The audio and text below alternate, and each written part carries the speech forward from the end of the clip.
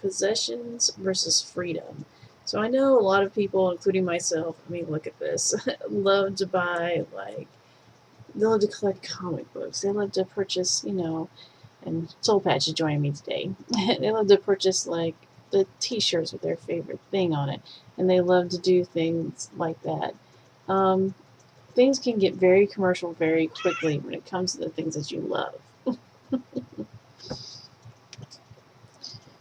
So just wanted to take time this morning to remind myself and you guys along with me that this is probably not the life or the way that God wants us to live completely. I'm not saying buying things is bad. I mean, I buy things, but that we should think about it beforehand. If we're buying something that maybe represents something that God doesn't want us to be representative of, or if we're buying stuff on debt, on credit, things like that, don't go into debt for things, guys. Things, they're replaceable most of the time, and if they're not, they probably weren't that great in the first place.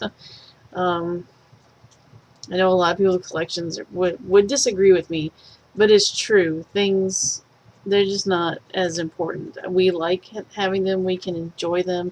Let's enjoy them, but let's do it right.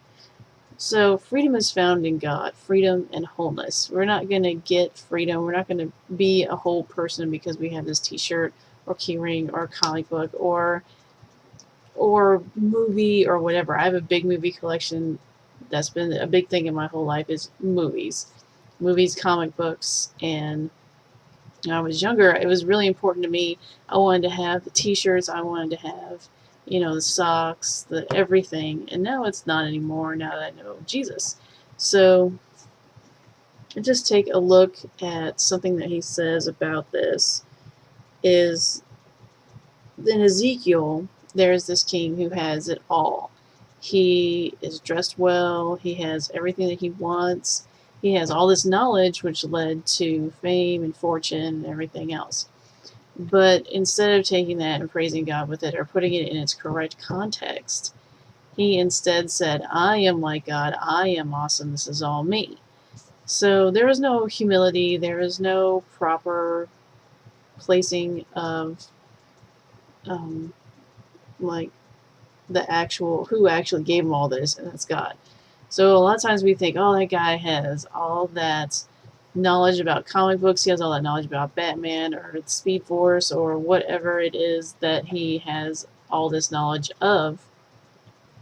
And really that's cool, I'm glad you have it, but what is it good for exactly in the grand scheme of life? Like in the grand scheme of life, it's cool that you have that and it got you a job. But, how do you treat people? Is it good?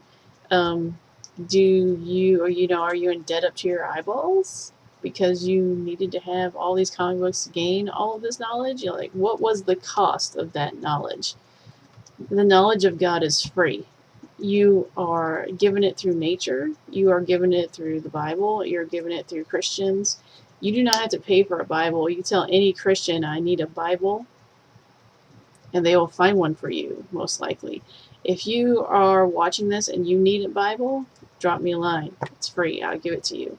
And then you continue watching this, and then you will gain insight or knowledge. Or don't watch this. There's plenty of free stuff online that you can get your hands on to gain knowledge of God. Searching for the truth. A lot of times having this knowledge of these comic books, of these movies and everything else, what does it gain us really? And in reality, it really doesn't gain us anything. It's a lot of fun. It's a nice hobby. It can be. But the ultimate thing is we should be seekers of truth. And so that is what I got from this today.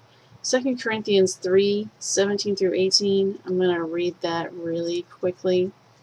It says, now the Lord is the Spirit, and where the Spirit of the Lord is, there is freedom.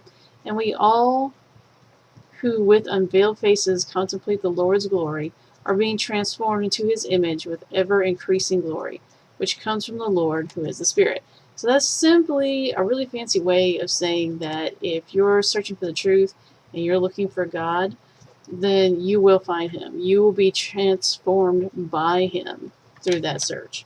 Not only through the search, but then once you know him and you have that relationship and you're saved, then that transforms you also. I am a different person from whenever I initially started my life than a different person from when I initially started my Christian walk. So I've had a lot of changes in my life. I am a completely different person than what most people in my past would remember. I've had a best friend living here for about, gosh, I don't know, it feels like I've known her forever. Probably about 20, let's see, now let's go 15 years. And she can tell you about all the transitions that I've made and how I'm even a different person now than I used to be. So don't worry, guys, if you're just getting started, dig in. If you're just getting started, ask questions. I don't know where this idea came from that in Christianity you can't ask questions. I assume it's from pastors who have no idea what they're talking about, because the Bible is very clear that asking questions is exactly what you should do. You should ask them of God. You should get together and ask them of each other. You should get together and it's also clear that you should know why you believe a thing. It's not like we just believe it just because it's faith.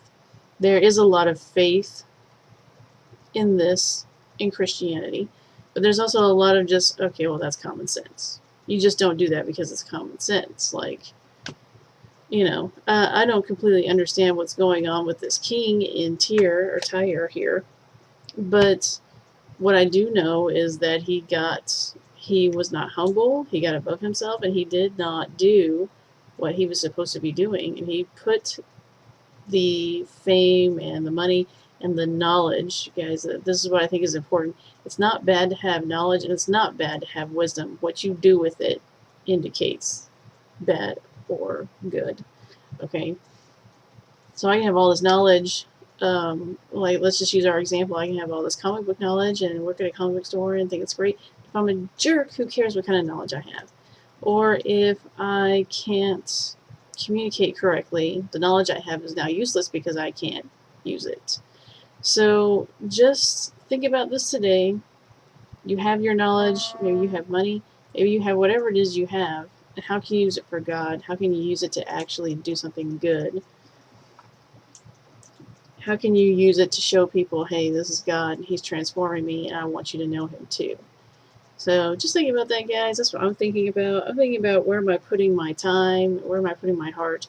That's why I started doing these, because it's really like I love making videos. I love video in general, and I love Jesus, and I want to be able to talk to other people about that other than just the people who are around me.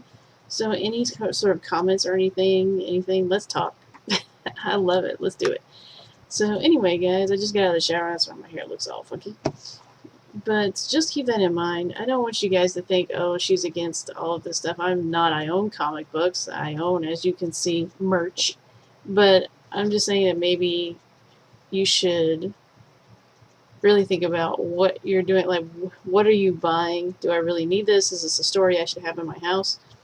If it is or it isn't, maybe I shouldn't buy it. You know, it's not going to kill you not to have one or not to have the most recent, most awesome thing. Now, same with video games. I love video games, but there are certain ones I just won't buy because I don't really understand why I should have this video game. Or there's certain things in the video game I'm like, no, I don't want to play that. You know, it reminds me too much of my past as I used to be a witch.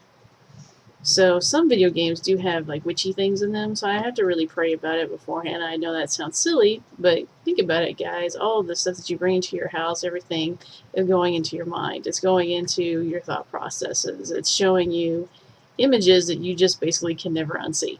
So just be careful, be prayerful, do what's right, and love God.